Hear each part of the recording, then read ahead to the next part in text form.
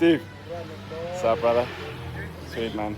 Great day for it. Yes, Beautiful sir. day.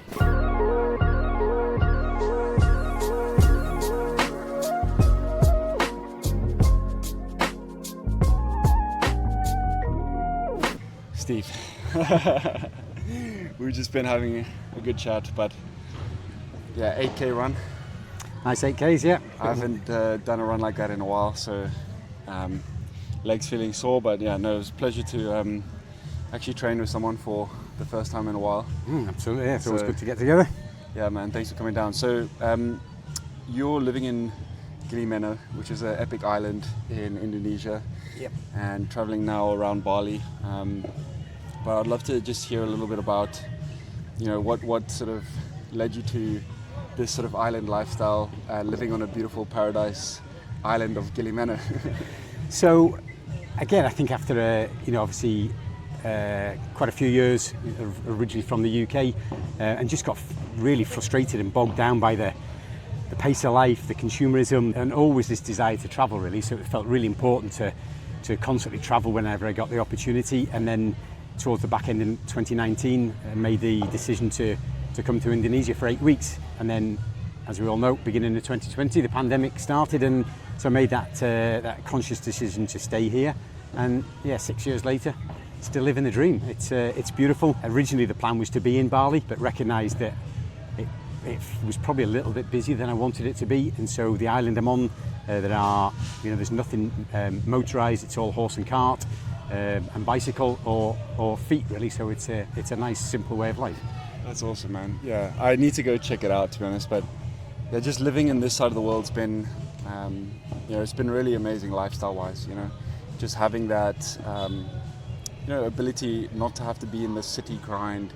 You know, be able to go and enjoy, beautiful scenery, the ocean, good lifestyle, good quality food. So, I think the best countries to live in the past 20 years are not the best countries to live in anymore. No, you know what I'm saying? sure. Like, yeah. Even being from the UK, and so like I lived in the UK for a while, in South Africa, but I think I had a very similar experience to you with what you were saying, is that sort of grind was quite tough.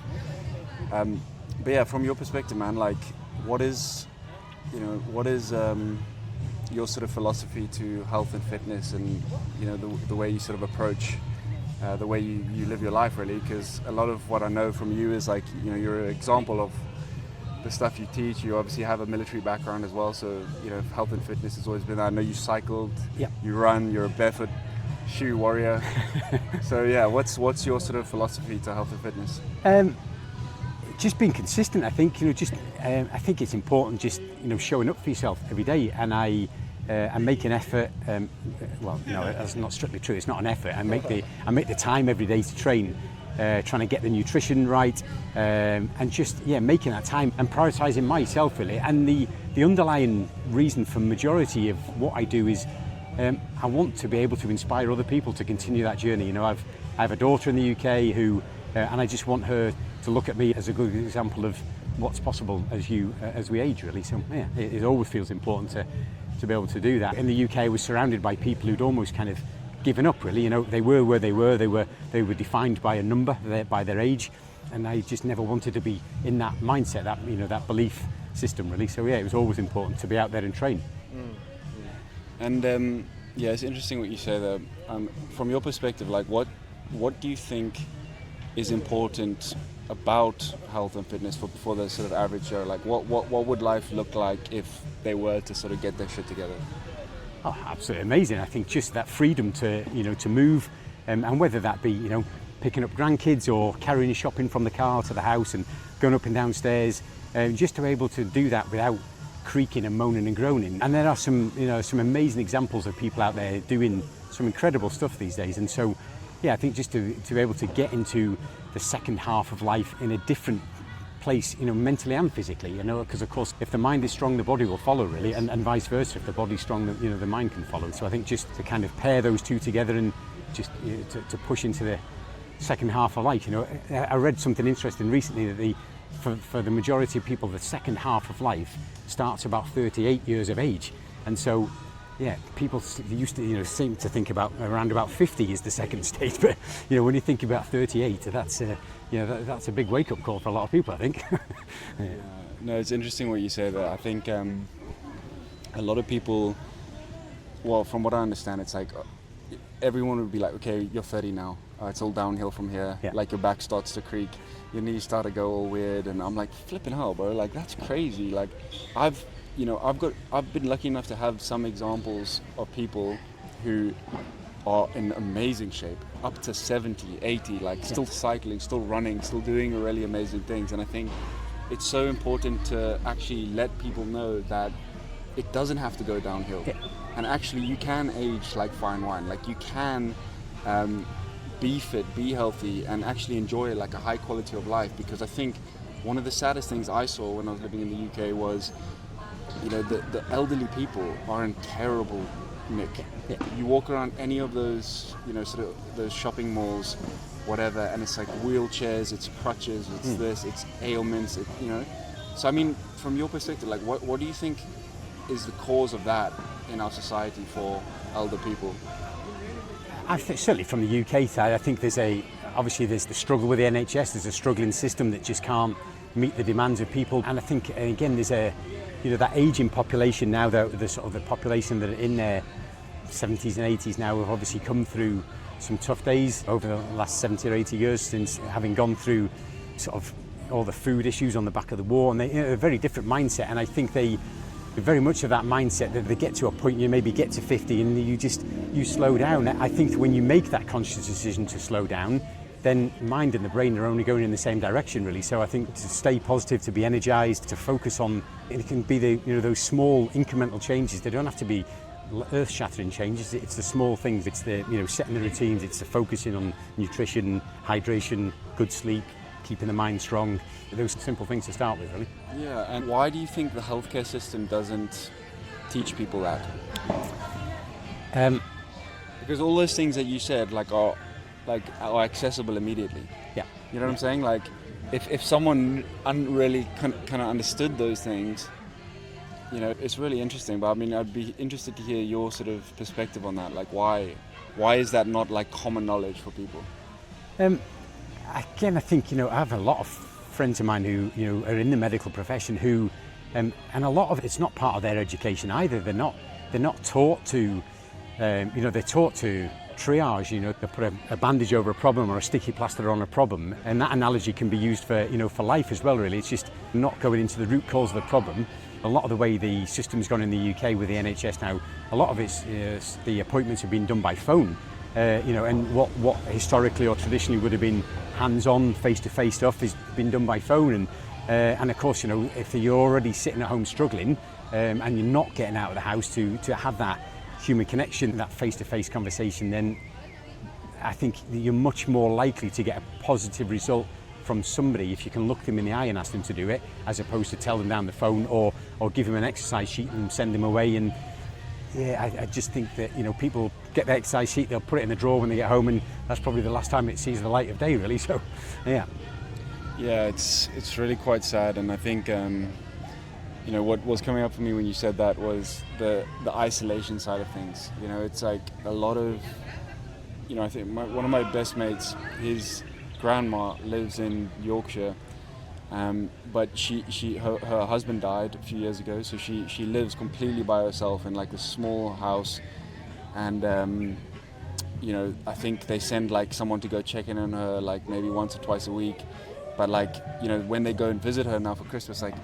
there's a few things like she just can't really take care of herself anymore. Yeah. And so like she started to like slowly like just not even take care of herself in a way, like because there's nothing really to live for at that stage. No, it's that's like right. really isolating, and like when I hear that, my heart breaks to even know that someone's living like that. And I think it's also got something to do with the fact that I was taught in South Africa is like respect your elders and like look after your elders as well. It's like very, very important. Yeah.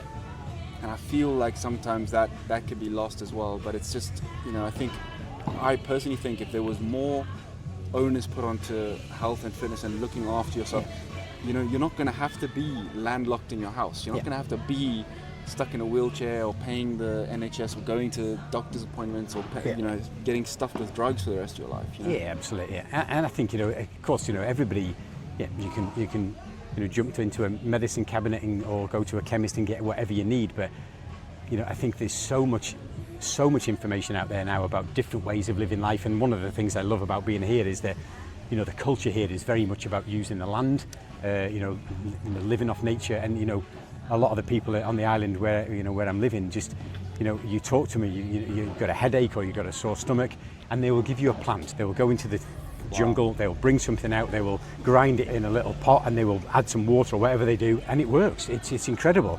And just going back to what you were saying there, I kind of went through it firsthand. My grandmother, an incredible woman who lived her entire life. She was an amazing singer, and up until she was 80, she would go to church, she would play the organ in the church on a Sunday, and she was part of various choirs and various bits and pieces. And she turned 80, and I remember going to visit her not long after her 80th birthday, and she started using a walking stick. And I'm saying to her, what are you doing, Gran? And she said, well, I'm 80 now, I'm old. And she, from that 80th birthday, she never drove a car again, and within 2 years she'd passed away. And I'm convinced it was mindset, because it was just incredible to see this woman and she stopped going to church, she stopped playing the organ, and she told all of her friends that she was too old to do that anymore. And it was a mindset thing, and I'm like, whoa, that just blows me away that you could think yourself into that some early grave situation. It just it blows my mind that the power of the mind. And of course, flip that on its head, the power of the mind can also be a super positive thing. If you can think your way out of so many ailments, problems, issues, and so and I think it's taught me a lot about being here, just to slow down, to take that time, and also recognizing that there's never a wrong time to do this. I was 50 when I left the UK. Most people at 50 thinking about going to the pub on a weekend, catching up with the mates and watching the football, and and those kind of things. That I couldn't think of anything that would scare me more, really. Yeah. Wow, that's really fascinating to hear, and I think it just highlights how important the mind is in this whole thing, and that if you believe you're old and you're dying and you're sick and you're all of these sort of things, it becomes a self-fulfilling prophecy, and it happens really quick. Yeah, it does, too quick. Because if it's such a mindset thing. You hear people talk about it all the time. It's like, if you can dream it, you can do it. All of these things. But at the end of the day, we're authors of our own life. Yeah. In the sense that we think about something, we imagine it, and then we have the ability to bring that into reality. Yeah. And that's the beauty of creation. It's like, the purest form of that to some degree is having a child, for example. It's like a child's a twinkle in your eye. The process of creation happens between a man and a woman. Baby comes out, boom, you've brought a life into the world. That's incredible. Yeah. And the same goes for everything we do on a daily basis. Same goes for business. Yeah. You have a business idea, you think about it, you write it down, you let that idea gestate for a while, and then it blossoms. Or either it doesn't blossom or it does blossom. And I think it all comes down to the environment that you have the idea in. Yeah. And so it's the same way that it's so luscious around Bali because the soil is lush. Yeah. It's got nutrients in it. And so the same thing is, if you're in an environment where it's negativity, it's, oh my God, aging, you pretty much are dead when you get to 80, you need a walking stick. That's not a fertile environment. No, that's right. That's like trying to plant a seed in like a flipping cement mixer or like a flipping gravel pathway. It's never going to grow. Yeah. Yeah. And so, how can you find an environment where it's fertile and it's rich, and you drop an idea in and it boom, blows up into a beautiful, huge forest? Yeah. And so that's the importance, I think, of environment. And part of the reason we moved from the UK to come to somewhere where the people are more entrepreneurial, people are like seeing the world in a little bit of a different way. Yeah. It really helps, because if I have an idea, I want to do something, I feel very empowered to do it. I don't feel like society is like overcroaching on me, and I think it's exactly the same in business and in brand building, and a lot of the work that you're doing now, like with getting your message out there, and it's fantastic, and that's an idea that's now going to blossom and grow and evolve. It's the same way that lady kind of gave up at 80. It's like she didn't have a fertile environment, and what if she did? From early on, she might have been healthy and walking and having a good quality of life. Yeah, and I think one of the things I enjoy about the BraveBrand community, really, when we do the weekly calls, is it takes so much away from, not just your input, but the value that everybody brings to the table, really. I think, certainly when I started out on this journey, I thought it was very much a me and you connection kind of thing, and actually appreciating now that there is so much going on in the background and we're all on the same journey. And I think just, some people might be one step ahead of you, some people one step behind, but I think just to have those, global connections, and everybody with the same idea of just wanting to be of service to humanity, to society, and give something back, really. I think it's pretty cool. Yeah, man. And so we've been doing a challenge, the Courageous Challenge, the Do You Have the Courage Challenge, and which is basically a challenge to just get out there and start taking messy action as a big fuck you to perfection, pretty much. Which has been, for me it's been pretty expansive. Like I've been, just going for it. Like I think I posted a video yesterday which like the quality was pretty blurry on my face. Like I never would have done that in the past. Yeah. It would have had to be like 4K resolution, like beautiful, perfect. And I was like, fuck it. Like I thought it was good content, so I'm happy. But from your perspective, man, like, you've been in the ring now, you're posting, you're publishing, you're getting message out there. Like, what's the experience been like for you? It's the most freeing and liberating thing, for, as you know better than anybody really, for the last few months, last 5-6 months or so, just the anxiety around just getting that one first post out. And when you suggested, jumping on board with this challenge and, 31 consecutive days of putting stuff out there, by day 2, I was like, fuck it, let's do this, and again, I think it was really important for me to see that everybody else in that community was also just, not worried about the professionalism or the, it didn't have to be polished. It was just about getting that message out there, whatever it looked like. It was just like a coat of armour just being lifted off, really. It was just a really, really freeing thing. And now it's, in a very peculiar way, with even in the first 2 weeks, I quite look forward to what I'm going to come up with today, kind of thing. That little piece of content creation is quite exciting now, which is a huge mindset shift for me, absolutely. If I haven't posted anything for about, I think 3.5 years ago was the last time I posted anything, so to now do something on a daily basis is mind-blowing. Yeah. Oh, you're smashing it, man. Steve was saying to me actually before this conversation that he was actually trying to go for two a day. Yeah. But his partner Claudia was like, no, reining you back, just making you stay sustainable, which I love. But it's amazing what happens when you get out of your own way. Yeah. It's amazing what happens when you can start to flex that courageous muscle. Yeah, absolutely. Because I guess when you are on your own, you're like, shit, like I'm kind of doing this by myself. It is difficult. Yeah. But I think even for me, it's like just seeing everyone bravely just jump into the ring. It's like, it's awesome. So, and I think it's only going to get better, for you and for everyone, really, because through the reps, the skill and the nuance develops. Yeah. Like your ability to speak on camera will get better. Your ability to angle the video or to think of an idea, and the muscle of creation, the time it takes you to have an idea and to bring that idea into reality shortens. Yeah. Because it used to take, I used to have an idea, I used to write it down and just think about it until I was blue in the face. And it take me so long, and even like getting it out on paper was very difficult.